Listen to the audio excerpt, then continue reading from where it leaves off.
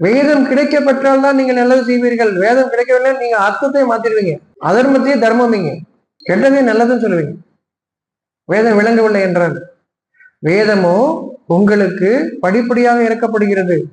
நீங்கள் தூய்மை அடைந்தால்தான் வேதம் உங்களுக்கு இறக்கப்படும். யார் வீட்டின் புனிதத்தை விரும்புகிறாரோ, உங்கள் மனதின் புனிதத்தை யார் விரும்புகிறீர்களோ அவர்களுக்கு வேதம் இறக்கப்பட்டால் புனிதம். அங்கே நீங்கள் எந்த காரியம் செய்து கொண்டிருந்தாலும் அங்கே ஒரு தூய்மையை நீங்கள் கடைபிடிப்பீர்கள். எப்படி இருக்கணுங்கிறத நீங்க தான் எடுத்து சொல்லுவீங்க. வேதம் விளங்கி இருந்தால், ஒரு அதிகாரமோ செல்வமோ செல்வாக்கோ கொடுக்கப்பட்டிருந்தால் நீங்கள் வேதம் கொடுக்க ஆசை பெற்றோர், இறைவனோட அருள் பெற்றோர் என்பது அல்ல. நீங்க எப்படி நடந்துக்கிறீங்கன்றது இருக்கு. அதை உங்கள் இறைவனின் பொருத்தத்திற்கு அது இருக்கிறதா, இல்ல உங்களுக்குள்ள நீங்க ஒரு பொருத்தமா ரெடி பண்ணிக்கிறீங்களான்னு. இதை விளங்கிக்கிட்டுனா தான் கடமையை செய் பலனை எதிர்பார்த்து. என்னுடைய கடமை எல்லாம் நான் நல்ல விதமாக ஒன்றை செய்ய வேண்டும்.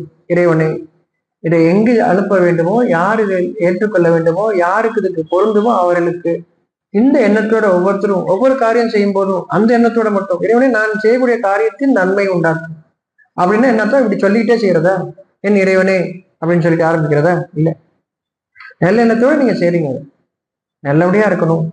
அந்த நல்லது எப்படிலாம் நல்லதாகணுங்கிறது உங்க இறைவனுடைய விளைச்சல்.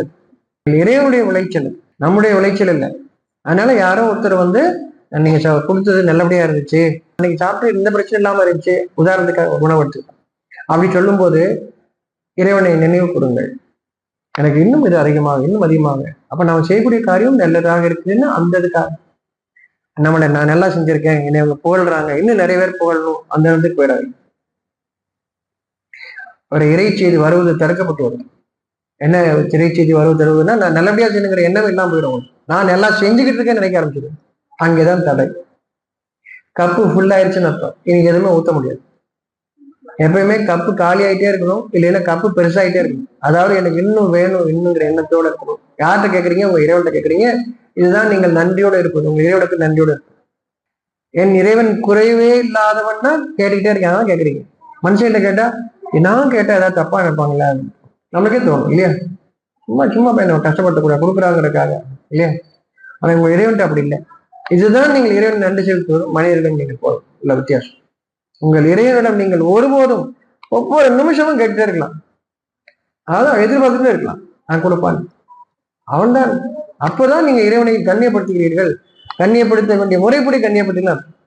சும்மா சும்மா கடவுளை டிஸ்டர்ப் பண்ணக்கூடாதுப்பா அப்படியே. அவருக்கு ஒரு வேலை இல்லை, எல்லாம் ஒன்னவே பார்த்துட்டு இருப்பாரா? எத்தனை பேர் இருக்கு, புழு பூச்சி கணக்கில் சோறு போட வேண்டியிருக்கு இல்லையா? 24 hours ஒரு வேலை செய்யற தூங்காம நீ டிஸ்டர்ப் பண்ணிக்கிட்டே இருக்க. நீங்கள் வேற யாரை பத்தி பேசுறீங்க, உங்க இறைவனை பற்றி அல்ல.